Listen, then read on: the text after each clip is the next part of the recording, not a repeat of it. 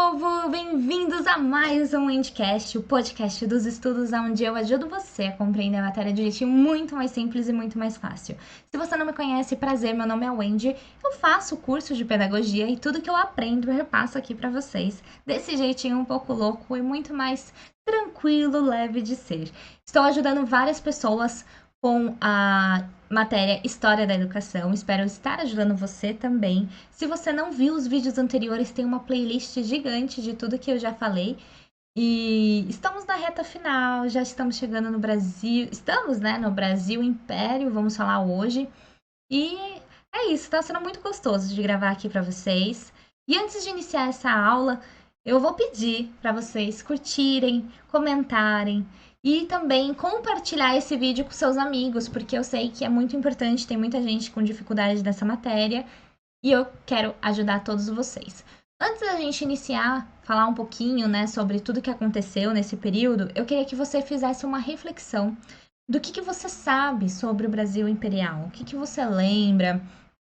E no final desse vídeo, fala para mim, coloca aqui nos comentários se você aprendeu muito mais com esta aula, ou se você também já sabia tudo que eu falei aqui, mas seu feedback é muito importante para mim, porque eu quero melhorar muito, cada vez mais o canal, trazer mais conhecimentos. Também coloca aqui o que vocês estão precisando aprender, tá? Dá ideias também de vídeo, eu trago aqui para vocês sem problema nenhum.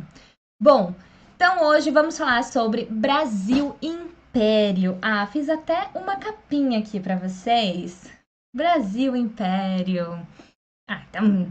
Então, aquilo que eu falo, todas as aulas, para você entender a história, você tem que saber duas coisas: a localização, aonde está acontecendo essa história, e o período, quando, né? Então, por isso que eu falo, fazer o uso da linha do tempo é muito importante, é muito legal também. E eu aconselho você a faça sua linha do tempo. Eu trouxe a minha. Então, o período do Brasil Império, ele inicia logo em 1808 com a vinda da família real. E aí vem outra reflexão. Por qual motivo, né, o rei de Portugal saiu de suas terras para vir para o Brasil? Saiu de um lugar que tinha tudo para vir em terras que não tem nada. E aí, o que estava acontecendo na Europa para isso acontecer? Lá na Europa estava acontecendo o período napoleônico. O imperador da França, eu trouxe foto dele, esse ser aqui, Napoleão Bonaparte, ele determinou um bloqueio continental em 1806. O que seria isso? Olha, ele estava proibindo todas as nações europeias de fazer comercialização com a Inglaterra. Eu trouxe o mapa aqui, ó. Fica mais fácil de vocês entenderem. Tá vendo o bloqueio continental? Começa aqui em Portugal, vai até chegando na Dinamarca. É todo isso daqui, tá? Então, todos essas nações europeias, todas elas eram proibidas de comercializar com a Inglaterra.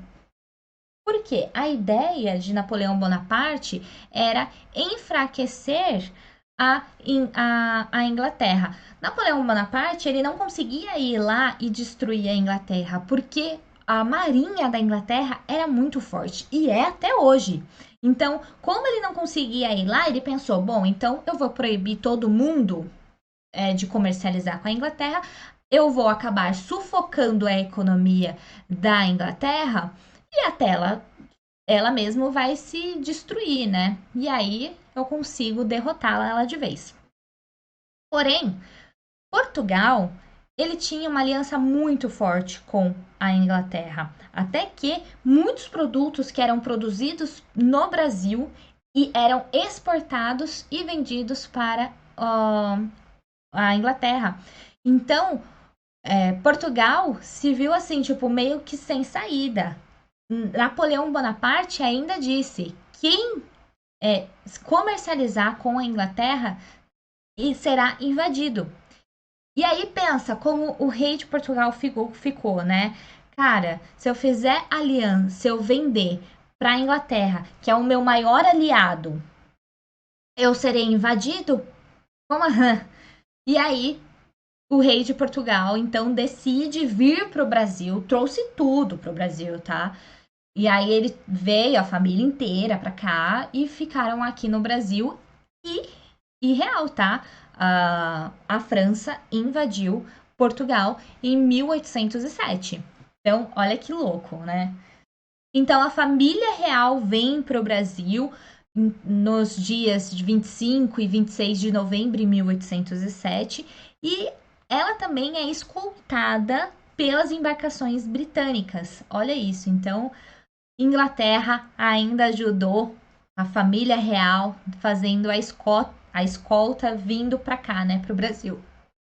Essa viagem, gente, não foi viagem gostosinha não, tá? Foi uma viagem tensa, aconteceu tempestades, acabou o alimento no meio da viagem, infestação de piolho, muita gente chegou aqui no Brasil com piolho, e fora que estima-se que entre 10 a 15 mil pessoas saíram de Portugal e vieram morar no Brasil também, junto com a família real. Então, muita gente veio para cá.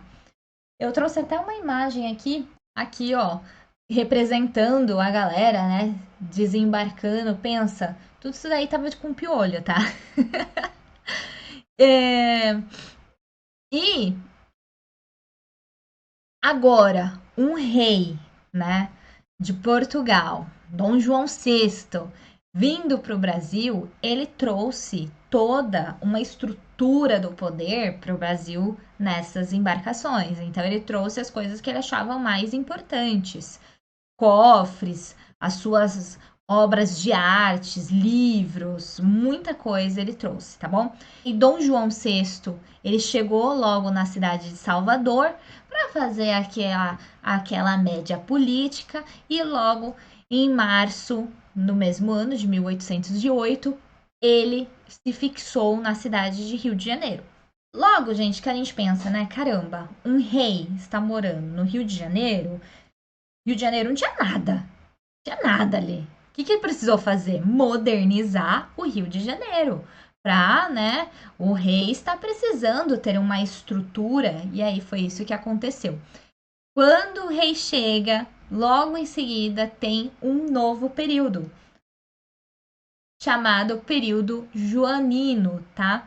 O que foi esse período joanino? Ele trouxe várias medidas, tá? Que foram sendo tomadas e modernizadas, melhoradas, infraestrutura, tudo, tá? O Brasil começou a andar, digamos assim.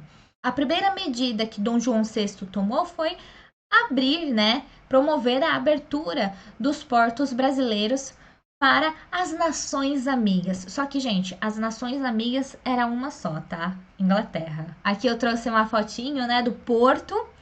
Então, Portugal começa a ter um grande aliado e parceiro econômico, que é a Inglaterra. E lembra o pacto colonial que eu falei na aula anterior? Acaba esse pacto colonial, tá? A partir desse momento acabou o pacto colonial, porque agora até os proprietários brasileiros, eles poderiam comercializar os seus produtos diretamente com os ingleses. Como eu falei, nesse período joanino ocorreu diversas modificações e também muitas construções. Trouxe aqui uma lista de coisas que aconteceram. Teve a construção da Biblioteca Real no Rio de Janeiro. É uma biblioteca incrível. Ah, eu trouxe foto dela, calma aí. Olha isso, essa é a fachada da biblioteca. Gente, um dia eu quero ir. Alguém já foi? Se já foi, comenta aqui. E olha ela por dentro. Meu Deus do céu. É coisa. Ai, Senhor amado. Um dia estarei aí. Então, foi construída esta biblioteca que eu mostrei para vocês. Foi também construída as faculdades de medicina, tanto no Rio de Janeiro quanto em Salvador. Inaugurou museus. Construiu a Academia da Marinha, também a Real Academia Militar. Construiu a Academia de Ciências, Artes e Ofícios. O Brasil passou a receber grandes nomes da área da ciência e das artes. Muitos imigrantes de Portugal vieram para o Brasil, em torno de 100 mil habitantes nesta época. Foi criada também a tipografia, surgindo o primeiro jornal, que é a Gazeta, no Rio de Janeiro, e muitos prédios públicos novos foram construídos, o Banco do Brasil, a Casa da Moeda e até mesmo o Jardim Botânico. Então a gente consegue ver que, cara, ele veio e veio muita coisa, né? E que real, antigamente o Brasil não tinha absolutamente nada. Como eu falei para vocês, coloquei também na linha do tempo, ocorreu em 1808 as primeiras universidades aqui no Brasil. Surgiu as primeiras faculdades, principalmente de medicina, direito e engenharia. Todo mundo que finalizava o seu curso, tá, nessas áreas, já trabalharia diretamente para cargos públicos. Então já tinha o seu emprego garantido. E por que essas áreas, né? Para ajudar o Estado a crescer. Então eles precisavam de profissionais competentes. Então, por este motivo foi construído as universidades. Eu trouxe uma imagem da faculdade de medicina. Aqui, ó. Essa daqui é a faculdade de medicina. Essa foto foi de 1905, a Faculdade de Medicina de Salvador. E aí, em 7 de setembro de 1888, ocorreu a independência do Brasil. E com ela, né, o Brasil determinou o fim do laço colonial que existia com Portugal, declarando então uma nação independente. Essa independência, volta aqui para mim, essa independência do Brasil foi um resultado de várias ações que foram sendo tomadas nesse período joanino, tá? E aí, então, Dom Pedro I foi o imperador do Brasil neste momento. E aí, Dom Pedro I, ele percebeu que ele precisava organizar as estruturas políticas e administrativas do Brasil. Então, foi criada a primeira Constituição Federal, a Constituição de 1824. Então, vamos lá. 1824 foi a primeira Constituição do Brasil. Vocês sabem quantas constituições o Brasil tem? O Brasil já tem 7 constituições, muita coisa, né? E essa é a primeira Constituição que foi feita. E na parte da educação, só tem apenas, no último parágrafo, eles falam em apenas 2 artigos. Gente, é 2 linhas que fala sobre a educação. Eu trouxe uma imagem para vocês, que aqui, ó, fala somente isso, gente. A introdução primária e gratuita a todos os cidadãos. E o segundo é os colégios e universidades, aonde serão ensinados os elementos das ciências, belas letras e artes. Acabou. Acabou. Só tem isso na Constituição. Eu trouxe aqui na imagem do Dom Pedro I com o exemplar da Constituição de 1824 na mão. E aí do lado eu trouxe, tá? A Constituição em si. Mas olha isso daqui, pensa comigo. Apesar dessas normas estarem estabelecidas na Carta Magna, ela está muito fraca. Porque ela não está mencionando, falar a verdade, ela não está sendo clara, né? Porque ela não menciona quantos anos de educação é obrigatório, ela não menciona as fontes de financiamento, não prevê uma elaboração de LDB, PNE, não fala sobre o ensino religioso, não, além disso, ela fala ali, né? Volta aqui para mim, instituição primária e gratuita a todos os cidadãos. Aí você pensa, nossa, que legal, né? Todo mundo vai ter educação. Não. Todos os cidadãos não significa todo mundo. Os cidadãos são somente homens brancos, livres e, além disso, com posse. O resto, ele exclui todo mundo. Ele exclui mulheres brancas e negras, eles excluem os homens negros. Então, assim, a maior parte da nossa população que existia neste período ficou defasada, sem educação, não fazia parte desses cidadãos. E fora isso, havia uma descentralização da responsabilidade da educação, porque existia a União, que é o Estado e o município, né? E o governo dava uma total liberdade para essa nação, para essa União, fazer o que bem entender. Só que ao mesmo tempo, ela centralizava os recursos financeiros. Então, assim, eu te dou liberdade de você fazer, só que não tem dinheiro. E aí, como que faz? Não faz. E em 1837 foi fundado o Imperial Colégio Pedro II. O ministro Bernardo Pereira de Vasconcelo, ele teve o seu projeto aprovado em 1837, que foi esta criação do Imperial Colégio Pedro II. A ideia dele é criar um colégio que seja modelo para outras escolas, né? Para padronizar o ensino secundário. O ensino secundário seria hoje do sexto ao ensino médio, tá? E aí, o ensino pedagógico seria ensinadas as línguas latina, grega, francesa e inglesa, retórica e os princípios elementares: geografia, história, filosofia, zoologia, mineralogia, botânica, química, física, aritmética, álgebra, geometria e astronomia. E todas essas matérias, elas eram divididas em 8 anos, e se o aluno fosse reprovado 2 vezes, ele era expulso, tá? No final dos estudos, ele receberia o título de bacharel de letras e ele poderia já ingressar na Academia do Império sem precisar fazer o exame, tá? Como que era dado este ensino no período imperial nessa escola, nesses colégios? O professor passava de carteira em carteira, ensinava a aula, né, de carteira em carteira, enquanto os outros alunos ficavam em silêncio esperando, tá? Então, vamos dizer que a matéria era dada de um por vez, tá bom? Ah, eu trouxe aqui também a foto do colégio. Esse daqui é o Colégio Pedro II. Essa imagem foi tirada em 1856. E em 1850 aconteceu vários acontecimentos neste período.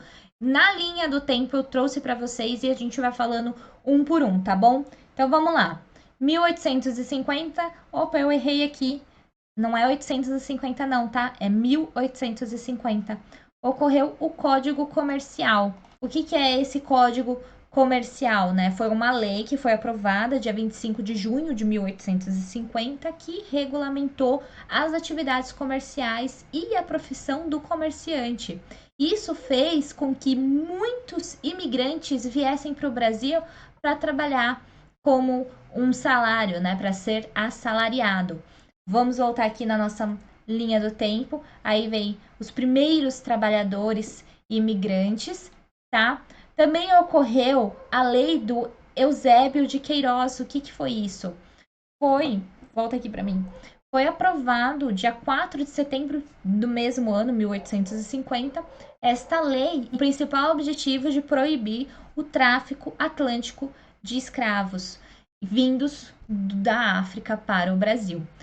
Voltando aqui também, ocorreu a Lei das Terras, que foi uma lei que foi aprovada dia 18 de setembro de 1850, que foi para organizar, para regulamentar, né, as propriedades privadas, porque desde então não existia nenhuma regulamentação das posses, né, que comprovasse que aquelas terras eram suas. Então, o governo ele se sentiu pressionado a organizar esta questão. Eu trouxe também uma imagem de imigrantes, são imigrantes europeus fotografados em frente à hospedaria dos imigrantes em São Paulo. É legal, né, a gente ver como que as coisas foram mudando ao longo do tempo.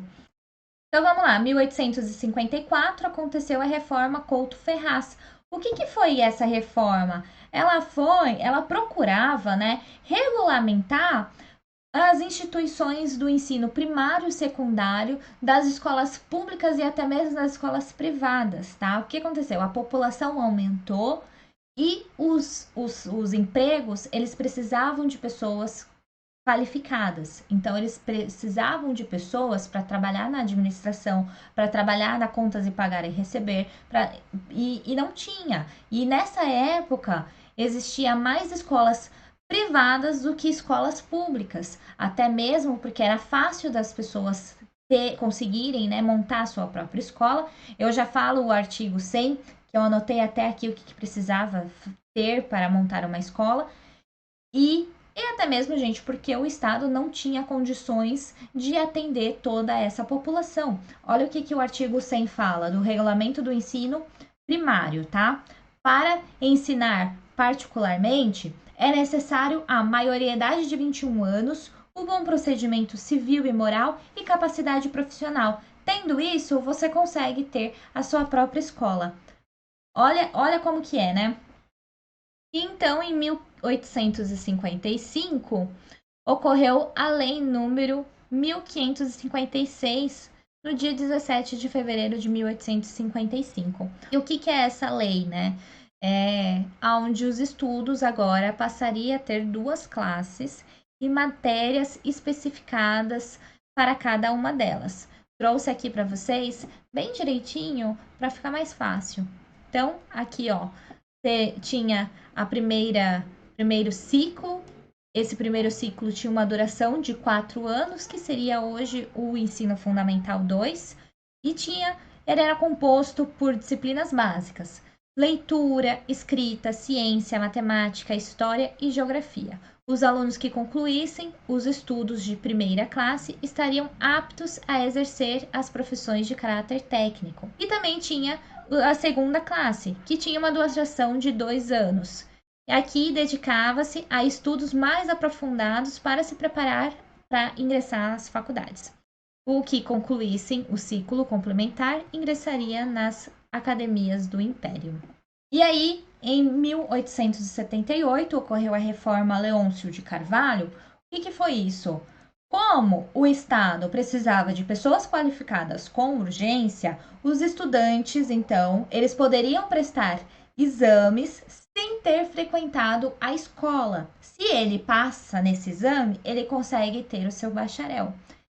Então, por que fizeram isso? Porque precisava de pessoas qualificadas rápido, tá? Então, assim, você estuda com um professor particular, passou no exame, pronto, é isso que precisamos, tá certo? Agora você pode ir trabalhar, tá bom? O objetivo era aumentar o número de profissionais. Uma coisa interessante que neste período teve, olha isso aqui, um aumento de escolas particulares, inclusive religiosas, seguindo o currículo oficial laico. Olha o desespero para ter profissionais qualificados, né? É isso, gente. Eu espero que vocês tenham gostado dessa aula. No próximo vídeo, vamos falar sobre Brasil República, tá bom? Um beijo e até mais. Tchau!